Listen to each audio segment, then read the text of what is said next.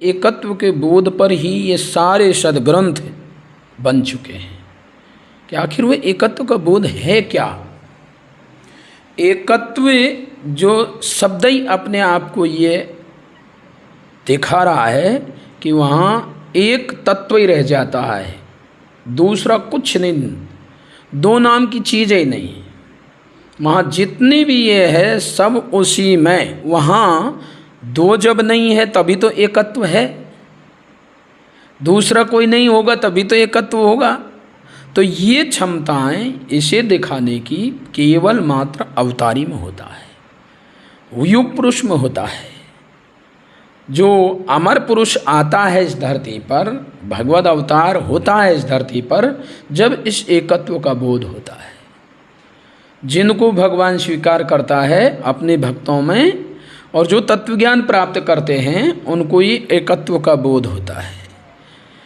जब ये सृष्टि नाम की जो कोई चीज़ नहीं थी, वह समय वह एक ही था, ये सारी सृष्टि उसी में थी।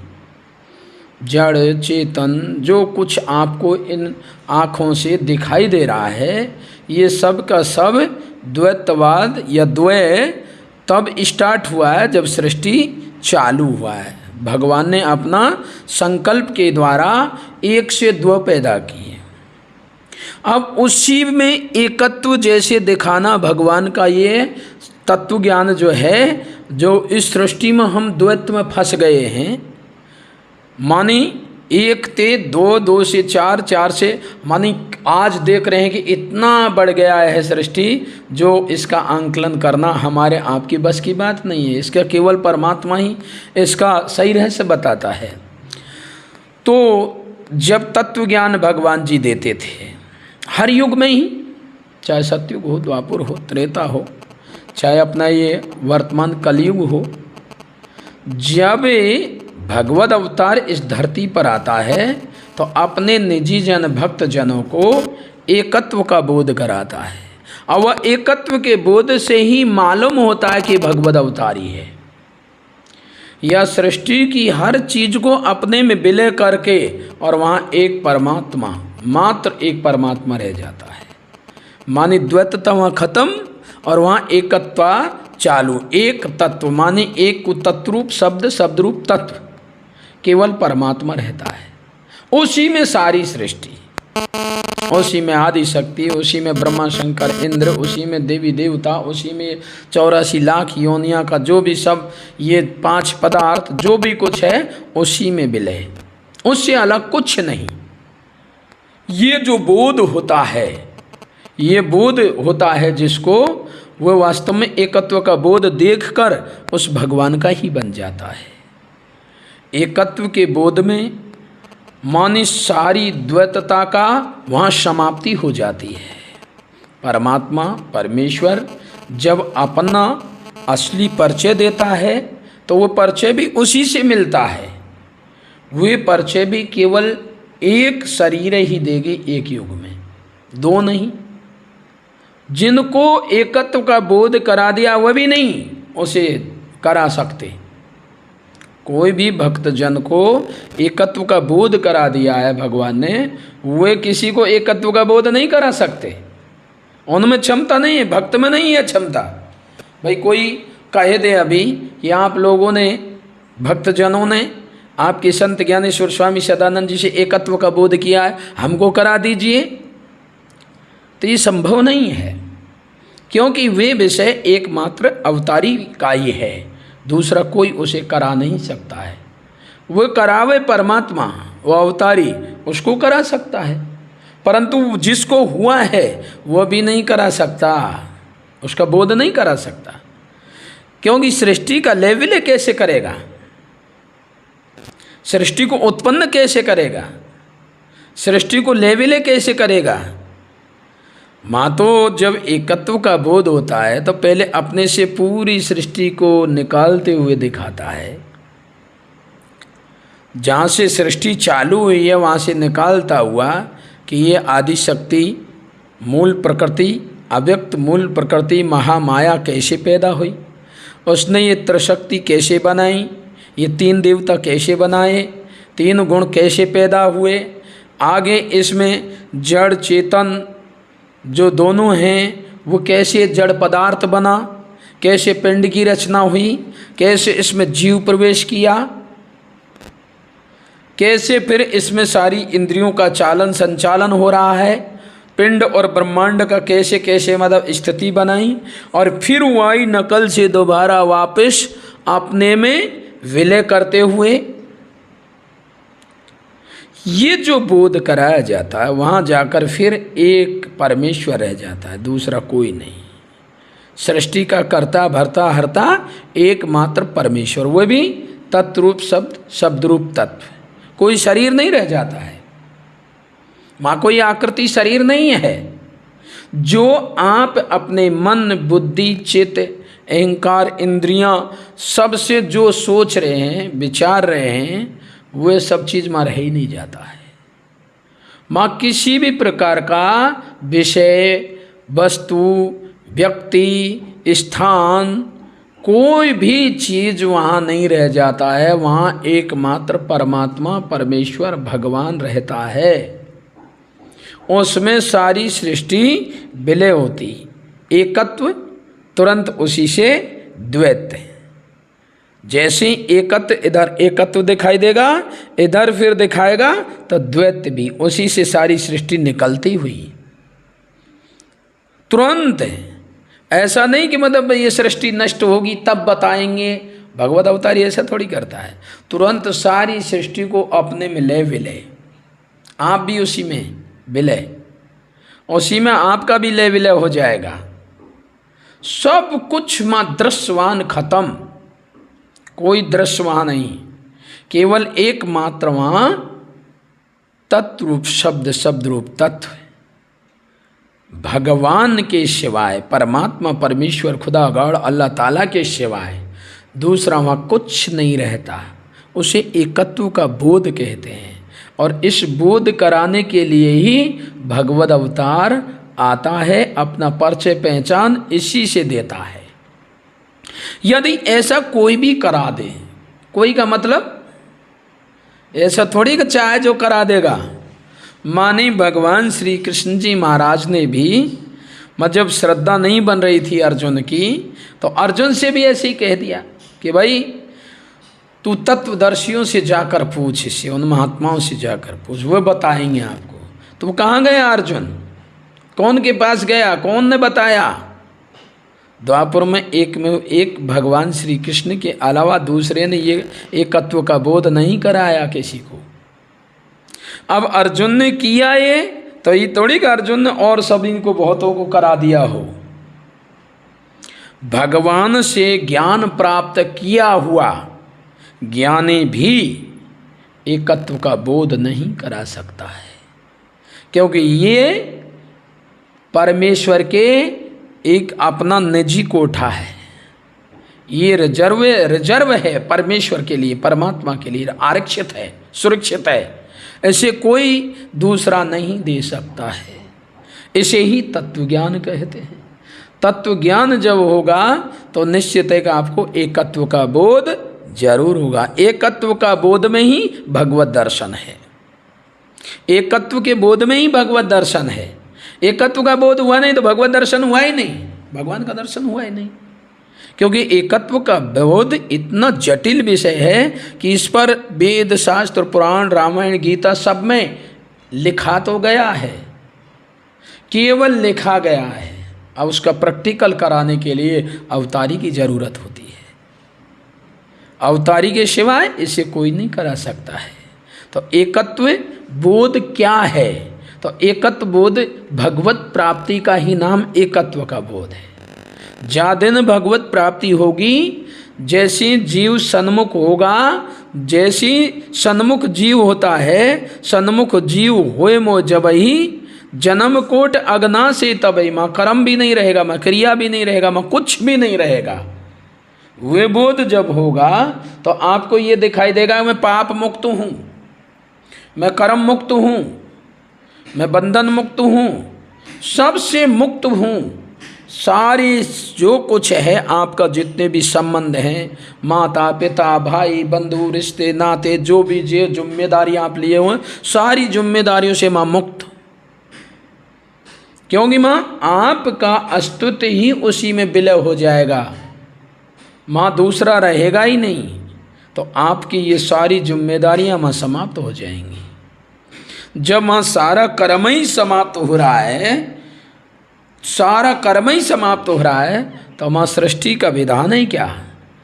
कर्म समाप्त है तो सृष्टि बंद है, उसी में जाकर विलय है। ये बोध एकत्व का बोध होता है। परमात्मा परमेश्वर इस बोध को क्यों कराता है? कोई भी व्यक्ति, बहुत से व्यक्ति अपने को महसूस करते हैं मैं बहुत बड़ा पापी हूँ, घनघोर को कर्म किए मैंने, इतने इतने बड़े बड़े पाप किए हैं, यदि मैं किसी भी प्रकार से मुक्ति होने के काबुल नहीं हूँ। पर परमेश्वर परमात्मा क्या कहता है कि मेरी शरण में आ, मैं तुझे पाप मुक्त कर दूंगा, काल चक्र से मुक्त कर दूंगा, 84 से मुक्त कर दूंगा, तेरे काल कर्म स्वभाव जो तेरे पीछे लगा हुआ है सबसे मुक्त कर दूंगा। देख मैं तुझे ऐसा बोध कराऊंगा जिसमें आप अमृत प्राप्त करोगे। मृत्यु जो है वहाँ पैर नहीं रख सकते, मृत्यु जो है वहाँ यमराज भी वहाँ हाथ जोड़े नहीं, भगवान की चटनी बनते देखा, हाथ जोड़े खड़ा नहीं देखा, वहाँ के चटनी बनते देखा। माने जैसे भोजन के साथ चटनी लगाकर खाते हैं ना, इस प्रकार से वहाँ काल भी उसके गाल में प्रवेश कर जा रहा है। काल के गाल में सारी सृष्टि प्रवेश कर रही है, पर काल भी जाकर उसके गाल में प्रवेश कर जाता है। माँ वे परमेश्वर परमात्मा है, वे एकत्व का बोध कराता है, और वहीं से द्वैत शुरू होता है। वहाँ जैसे एकत्व का बोध, वही अद्वैत है। अद्वैत माने द्वय नहीं, अद्वैत आत्म तत्वम भगवत तत्वम शब्द रूप तत्व का जब आप दर्शन करेंगे तो वहाँ ये दोनों सामने दिखाई देंगे। अद्वैत माने अद्वैत नाम की कोई चीज़ नहीं, एकत्व मानी है एक तत्व है वहाँ, एक परमात्मा है वहाँ, एक परमेश्वर है वहाँ, एक अल्लाह ताला है वहाँ, एक खुदा गॉड स्वामी परमात्मा भगवान है वहाँ। द्वैत नहीं है वहाँ, द्वय नहीं है। द्वय नाम का कोई वहाँ अपना अस्तित्व नहीं रख सकता। जो भी हमको ये अस्तित्व दिखाई दे रहे हैं ये द्वैत में दिखाई दे रहे हैं, और उसी के अस्तित्व से हम अस्तित्व जैसे दिखाई दे रहे हैं। हमारा कोई स्पेशल किसी का कोई, ना देवता का, ना देवी का, ना ऋषि का, ना महर्षि का, ना योगी का, ना यति का, ना इन गृहस्थियों का, किसी का कोई अस्तित्व नहीं है। जो परमात्मा से पाए उसी को मैं मेरा मान बैठा हूँ। इसलिए हम द्वैतता में फंसकर और रात दिन कर्म करने में, कर्म करने में, कर्म करने में, कर्म भोग, जन्म मरण रोग, कर्म जन्म कर्म भोग मरण, यही मतलब चक्र हर प्राणी के लगा हुआ है। इससे बचने के लिए अद्वैत्व की जानकारी जरूर होनी चाहिए, और वो होती है भगवद अवतारी के द्वारा, भगवत विधान के अनुसार, तत्व ज्ञान की पद्धति में, परमात्मा के सिद्धांत से कोई मनमाने नहीं, किसी व्यक्ति के अनुसार नहीं, किसी देवी देवता के अनुसार नहीं, किसी जड़ चेतन शक्तियों के अनुसार नहीं, कोई प्रकृति, जड़ प्रकृति, चेतन प्रकृति, जो भी प्रकृति है, अव्यक्त मूल प्रकृति महामाया के भी अनुसार नहीं, एकमात्र परमात्मा के अनुसार, परमात्मा की पहचान में ही एकत्व का बोध होता है। वही अद्वैत का बोध है। और वहाँ जब अद्वैत का बोध आपको दिखाएगा, एकत्व का बोध वहाँ दिखाएगा, वहाँ के बाद में ये भी दिखाएगा कि देखिए यहाँ से द्वैत चालू हुआ है। मानिए जब भगवान के अलावा कोई और सृष्टि नाम की चीज़ें ही नहीं है, तो द्वैत कहाँ से चालू होगा? द्वैत तो वहीं से चालू होगा ना। जब भगवान का संकल्प उठता है तो वहीं से कुछ होना चालू हो जाता है। और जो जो गुण परमात्मा ने जिन जिन चीज़ों में रखा है वो उसमें बरकरार बना रहता है। किसी में यदि लाल फूल में लाल रंग दिया तो वो लाल ही देगा, उसमें ये नहीं कि वो पेड़ या आप कुछ उसमें बदल सकते हैं। जो प्रकृति परमात्मा के आदेश अनुसार जिन जिन चीज़ों में जो जो चीज़ रख दिया है वही होगा। अब ये द्वैत्व को जब हम देखेंगे तो ये सारा द्वैत्व एकत्व का ही खेल है। ये सारा जो द्वैत है ये सब नाशवान है। ये जो द्वैत दिखाई दे रहा है ये नाशी और अविनाशी से युक्त जो भी जड़ चेतन से युक्त जड़ चेतन सहित सब जो सृष्टि में कुछ भी दिखाई दे रहा है इसका अस्तित्व अपने आप में बिल्कुल नहीं है। उस परमात्मा परमेश्वर तत्रूप शब्द शब्दरूप तत्व से ही इन सबको शक्ति मिल रही है। जो जहाँ फूले बैठा है, जो जहाँ इंकार करके बैठा है, उनमें कोई कुछ भी क्षमता ही नहीं है, परंतु अपने आप में कैसे बन बैठे कि बिल्कुल हमारे समान कोई है ही नहीं। भगवान को भी चुनौती देते हैं। भगवान क्या है? कुछ नहीं है, सब यही वैसे ही सब माता पिता हैं दोनों, बस वो अपना बच्चे पैदा कर लेते हैं और ऐसे ही सब हो रहा है। ये तो कोई दिक्कत नहीं, खाओ पियो मौज उड़ाओ। क्या है पीछे नरक स्वर्ग ब्रह्मलोक फलाना ठिकाना, ये सब बकवास की बातें हैं। ये कौन कह रहा है? जिन्होंने वास्तव में अपने जीवन को परमात्मा से विमुख कर दिया है, उन्होंने इस बात को कहा है कि यह कोई दूसरा कोई नहीं है, इस सृष्टि का रचने वाला, ये तो ऑटोमेटिक है। परंतु वास्तव में सच्चे ज्ञान से, तत्व ज्ञान से जब आप देखोगे, जिन भक्तों को भगवान ने दिखाया है, जनाया है, बताया है, वास्तव में उनको एकत्व का बोध हुआ है। मानी सृष्टि विलय होती हुई और सृष्टि उत्पन्न होती हुई, ऐसा एक युग में एक बार ही होता है, वह भी भगवत अवतारी के द्वारा। किसी महात्मा साधु योगी यति नहीं करा सकते इसको। ज्ञान मानी असली जो ज्ञान है, असली जो जानकारी है, इसकी वास्तविक जानकारी परमेश्वर के पास होती है सृष्टि की। एक पत्ते की भी जानकारी असली में परमात्मा परमेश्वर को ही है। ओरिजिनल के पत्ता कैसे पेड़ में बनता है, इनको देख तो हम सकते हैं, इनका लाभ हम ले सकते हैं, इनको नष्ट हम कर सकते हैं, परंतु इनकी वास्तविक जानकारी, इनका वास्तविक रहस्य, हालांकि हम कुछ नहीं कर सकते, ये भी निश्चित है कि हम कर भी कुछ नहीं सकते। उसी की शक्तियों का, उसी का दुरुपयोग या सदुपयोग जो आप कर रहे हैं, उसी से आपका आवागमन बना हुआ है। नहीं तो उसी की शक्तियों को जान पहचान कर और गुण गुणों में ही वर्त रहे हैं, इस पद्धति से आप चलते रहें, फंसे नहीं कछु में, तो मुक्त तो है ही हो। क्या मुक्त होना है? मुक्त तो आप हो ही हो। भगवान ने तुमको बंधन में थोड़ी भेजा है, बंधन तो आपने पकड़ लिया है ना, अपना अलग से अस्तित्व कायम करने के लिए। उस एकत्व का जब आप रहस्य भूल गए, जब द्वैत में आप भी कुछ बन बैठे हैं, नहीं तो जब परमात्मा परमेश्वर एकत्व का बोध कराता है तब ये दिखाता है कि हम कुछ भी नहीं हैं। ये जो बीच में कुछ आकृति जो आपको दिखाई दे रही है, हलती चलती, खाती पीती, हर प्रकार के क्रियाकलाप करती हुई, ये तो मात्र उस भगवान की देन है, उस परमेश्वर का पावर है, उस परमेश्वर की कृपा है, जो इन कठपुतलियों को, इन हडपुतलियों को, इस मांस की पुतलियों को, इस मिट्टी की पुतली को हिला चला रहा है, और जब वे चाहता है तब उसको बंद कर देता है। इसलिए भगवत कृपा से एकत्व के बोध के लिए आप लोगों को भगवत अवतारी की शरण जाना होगा, और किसी की नहीं।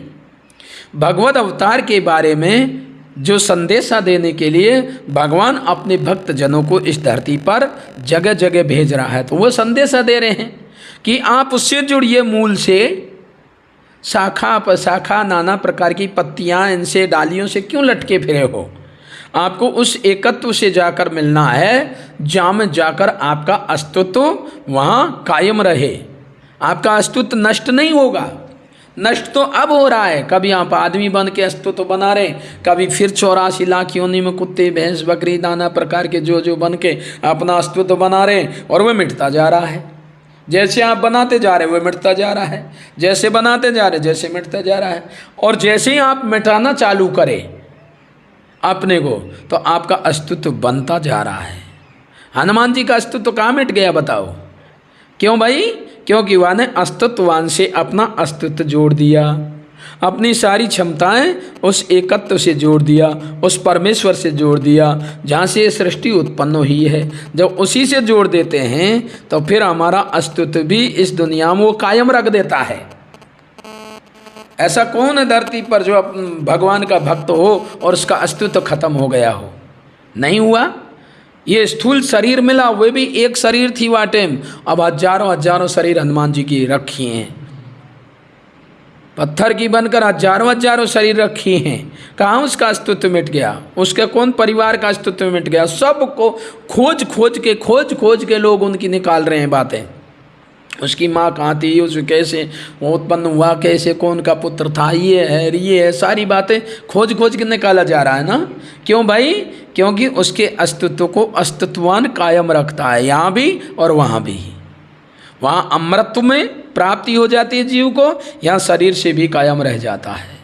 इसलिए अस्तित्ववान को जाने बिना आपका अस्तित्व बच नहीं पाएगा, अलग से आप बचाना चाहते हैं। इसलिए वास्तव में एकत्व का बोध जब होगा आपको, वहाँ द्वैत और अद्वैत दोनों दिखाई देंगे।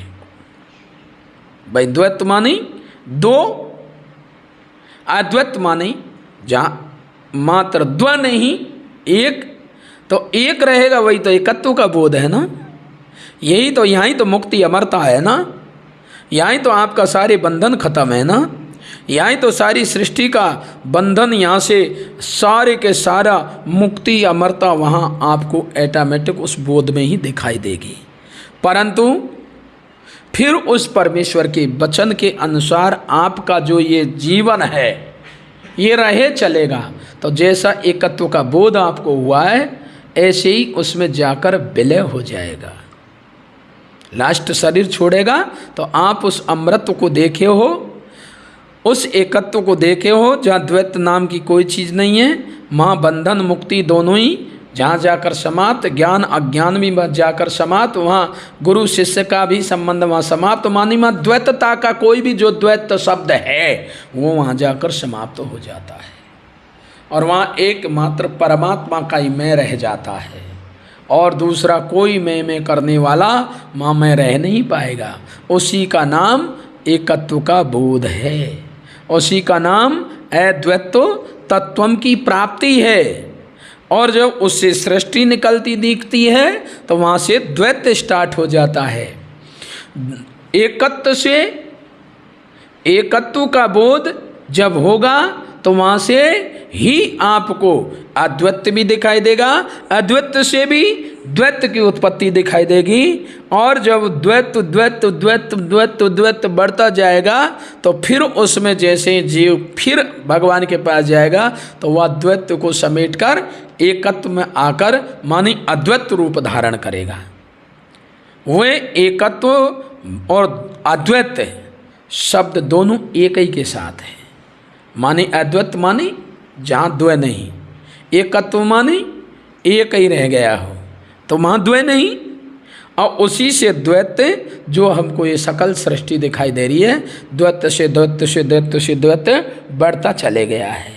इसलिए एकत्व के बोध में ही अद्वैत की प्राप्ति है, और अद्वैत की प्राप्ति में हमारी मुक्ति अमरता, सारे बंधनों से मुक्ति भी है। किसी प्रकार का वहाँ बंधन नहीं रह जाता है। ऐसा जो बोध कराता है वह सद्गुरु होता है, वही भगवत अवतारी होता है। और ऐसा ही आज वर्तमान में संत ज्ञानेश्वर स्वामी सदानंद जी परमहंस ने अपने तत्वज्ञानी भक्त जनों को कराया है। वे जीते जागते आपके सामने मिलेंगे, हम आपको उनसे मिला सकते हैं। अभी हैं जिन्होंने एकत्व का बोध किया है, हम उसी संत ज्ञानेश्वर स्वामी सदानंद जी का संदेश लेकर आप बंधुओं के बीच में आए हैं। यदि आप लोग उन भक्तों से मिलना चाहते हैं, आप मिल सकते हैं जिन्होंने अद्वैत का बोध किया है, जिन्होंने एकत्व का बोध किया है, जिनको परमात्मा ने अपनी सेवा भक्ति दिया है। उसी के चरणों में भगवान कृपा से हम भी लगे हुए हैं और वहाँ पर दोनों लोक और परलोक का भी सारा लाभ प्रत्यक्ष दिखाई देता है। बशर्ते शर्त एक है कि उसके वचन के अनुसार चलना होगा। उसका वचन क्या है? जो मेरा है वो मेरे अनुसार चले। जैसे राम जी ने कहा, मम अनुशासन माने जोई, सोई सेवक प्रियतम मम सोई। वही मेरा सेवक है, वही मेरा प्यारा है जो मेरे अनुसार चलता हो, मेरे नियम अनुसार चलता हो, मनमाने ना चलता हो। जो मनमाने चल रहा हो वह अद्वैत का बोध करके भी क्या कर लेगा? वे एकत्व का बोध भी कर लेगा, तब कौन सी मुक्ति अमरता मिल जाएगी? वो तो बोध हुआ है, वो तो बोध कराया गया है कि देखो ये चीज़ है हमारे पास, यदि ये प्राप्त करना है आपको, ये अच्छी लग रही है आपको, तो आप हमारे अनुसार चलिए, ऐसे चलिए। जो अनीति कहूँ बाको भाई, अवतारी ये भी कहता है भाई मैं कोई अनीति की बात कह रहा हूँ या मैं आप पर कोई अनीति करा रहा हूँ तो आप रोक टोक दीजिए। यदि जो ये मानव जीवन मिला है उसी के लक्ष्य में लगा रहा हूँ तो फिर आपको इस वचन में पूर्ति करने में क्या दिक्कत आ रही है? एकत्व के बोध में आपको ये समझ में आना चाहिए कि सबका मालिक वही है, सबका कर्ता धर्ता वही है। वहाँ से पृथक अलग यदि तुम कुछ भी करोगे तो आप द्वैत में गोता खाते डोलो। एकत्व में कैसे प्रवेश करोगे? परमेश्वर में कैसे प्रवेश करेंगे?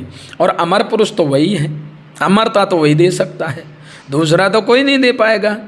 इसलिए हमको यदि अमरता की ज़रूरत है, यदि हमें अमृत चाहिए, हमें मृत्यु नहीं चाहिए, तो मृत्यु नहीं चाहिए तो अमर पुरुष के पास बैठना होगा, अमर पुरुष के अनुसार चलना होगा, अमर पुरुष के आदेश अनुसार आपको जीवन जीना होगा। बस इतना सा करना है, सारा बोझ स्वयं परमात्मा आपका लेकर चलेगा। आपको किसी भी भार ढोने की ज़रूरत नहीं है, अन्यथा आपको रोटी कपड़ा मकान पर ही अपना जीवन बेचना होगा, उसकी भी पूर्ति नहीं हो पाएगी।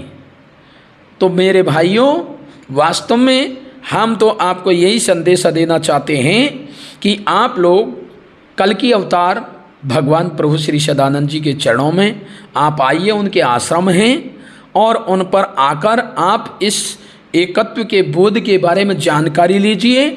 वास्तव में अद्वैत के बारे में आप जानकारी लीजिए। आपके अस्तित्व को बचाना है, मुक्ति अमरता पाना है, तो कल की अवतार भगवान सदानंद जी के चरणों में आपको ठहरना होगा और उनके आदेश अनुसार अपना जीवन चलाना होगा। निश्चित है आप वही प्राप्त करेंगे जो सतयुग में श्री विष्णु जी वालों ने किया, त्रेता में श्री रामचंद्र जी वाले भक्तों ने किया, द्वापर में श्री कृष्णचंद्र जी वाले भक्तों ने किया, आज कलिकाल वर्तमान में संत ज्ञानेश्वर स्वामी सदानंद जी के शिष्य सेवक उसको प्राप्त किए हैं, प्रत्यक्ष देख रहे हैं कि एकत्व कैसे और द्वैत कैसे। इसलिए एकत्व के बोध को कराने के लिए भगवद अवतार की जरूरत होती है। भगवान के अवतार के सिवाय से दूसरा कोई नहीं करा सकता है। आप जन सभी आमंत्रित किए जा रहे हैं कि आप पुरुषोत्तम धाम बाराबंकी आइए और आपको इन सारे रहस्यों के बारे में बहुत विस्तारित मिलेगा। आप लोग धन्य धन्य कृतार्थ अपने जीवन को बनाना चाहते हैं तो आओ मेरे भाइयों, भगवान के चरणों में लग जाइए। प्रेम से बोलिए सदगुरुदेव जी महाराज की, परम पिता परमेश्वर की, आनंद कंद लीलाधारी प्रभु सदानंद जी मनमोहन भगवान की जय।